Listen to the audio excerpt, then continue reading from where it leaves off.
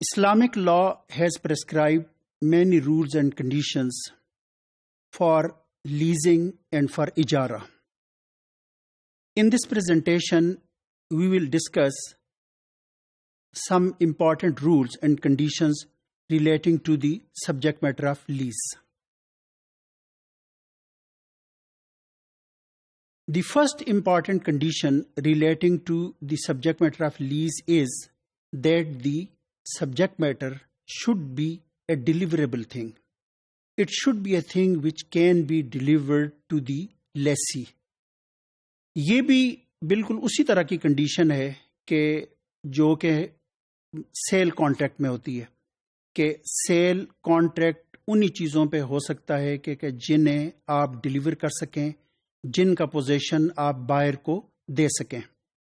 ایسی اشیاء کہ جن کی ڈلیوری یا کہ جن کا پوزیشن آپ بائر کو نہیں دے سکتے، ان پہ سیل کانٹریکٹ نہیں ہو سکتا. بالکل اسی طریقے سے اس طرح کی اشیاء پہ لیز کا کانٹریکٹ بھی نہیں ہو سکتا.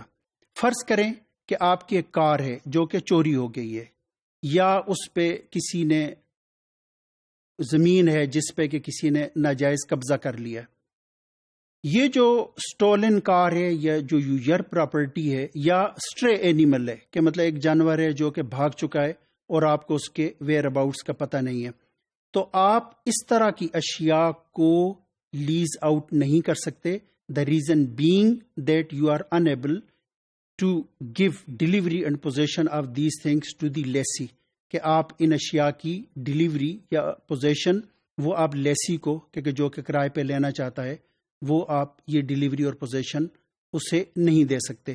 اس وجہ سے یہ ضروری ہے کہ جو سبجیکٹ میٹر آف لیز ہے it should be a deliverable thing. The lessor or the owner should have the capacity to give its possession and delivery to the lessee. دوسری جو امپورٹنٹ کنڈیشن ہے وہ یہ ہے کہ it should be specified and identified. یعنی آپ کسی uncertain, unspecified چیز کا اجارہ نہیں کر سکتے کہ آپ یہ کہیں کہ I lease you one of my 3 houses، یا آپ یہ کہیں کہ میں میرے پاس جو 3 کاریں ہیں ان میں سے ایک میں نے تمہیں رینٹ آؤٹ کی. یہ ایک انسپیسیفائڈ ہے، بالکل جس طریقے سے کہ ہم سیل کانٹریکٹ میں یہ کہتے ہیں کہ جو سبجیکٹ میٹر آف سیل ہے، کموڈٹی یا مبی، وہ اسپیسیفائڈ ہونی چاہیے، وہ آئیڈینٹیفائڈ ہونی چاہیے کہ آپ اسے باقاعدہ آئیڈینٹیفائی کریں کہ یہ وہ گھر ہے کہ جو کہ میں تمہیں سیل کر رہا ہوں. بالکل اسی طریقے سے لیز کانٹریکٹ میں بھی یہ ضروری ہے کہ سبجیکٹ میٹر کہ جس پہ کہ آپ لیز کا کانٹریکٹ کر رہے ہو وہ identified who. Nature of use کو بھی واضح کیا جائے، اسے ڈیفائن کیا جائے. فرض کریں کہ اگر آپ کوئی وہیکل، کوئی سامان اٹھانے والی گاڑی ہے یا کوئی بیسٹ آف برڈن ہے، کوئی بار برداری کا جانور ہے، وہ آپ کسی کو لیز کر رہے ہیں، تو آپ اس کا یوز اس سے یہ پوچھیں کہ اس کا یوز کیا ہے. یعنی اس کا مطلب یہ ہے کہ یوز کی وضاحت کے بغیر یہ کانٹریکٹ نہیں ہو سکے گا کہ آپ کتنی کیا چیز جو ہے وہ اس کی ٹرانسپورٹیشن ہوگی، اسی طریقے سے اس کی کوانٹٹی کیا ہوگی.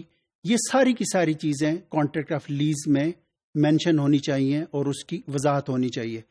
اس کی وجہ یہ ہے کہ اگر ایک شخص نے جو اس کا اب نارمل یوز کیا، مثلا ایک ٹرک ہے کہ جس کی ایک خاص کیپیسٹی ہے بوجھ اٹھانے کی، یا بیس آف برڈن ہے اس کی ایک خاص کیپیسٹی ہے بوجھ اٹھانے کی، اگر جو لیسی ہے اس نے اس جانور پہ یا اس وہیکل یا کہ ٹرک پہ جو بوجھ ہے اس ریکوائرڈ کیپیسٹی ہے اس سے زیادہ ڈالا اور اس کی وجہ سے اسے نقصان پہنچا، تو وہ ان اے وے اس نے گویا کہ اس کی جو ٹرمز آف لیز ہیں انہیں اس نے وائلیٹ کیا ہے، اس ٹرسٹ کو ایک قسم کا اس نے جو بریچ کیا ہے، تو اس نیگلیجنس یا اس فالٹ کا وہ ذمہ دار ہوگا. یعنی اس کا مطلب یہ ہے کہ اب نارمل یوز کی وجہ سے اس لیز ایسٹ کو جو نقصان پہنچے گا اس نقصان کی تلافی یہ لیسی کی یا کہ کرایہ دار کی ذمہ داری ہے۔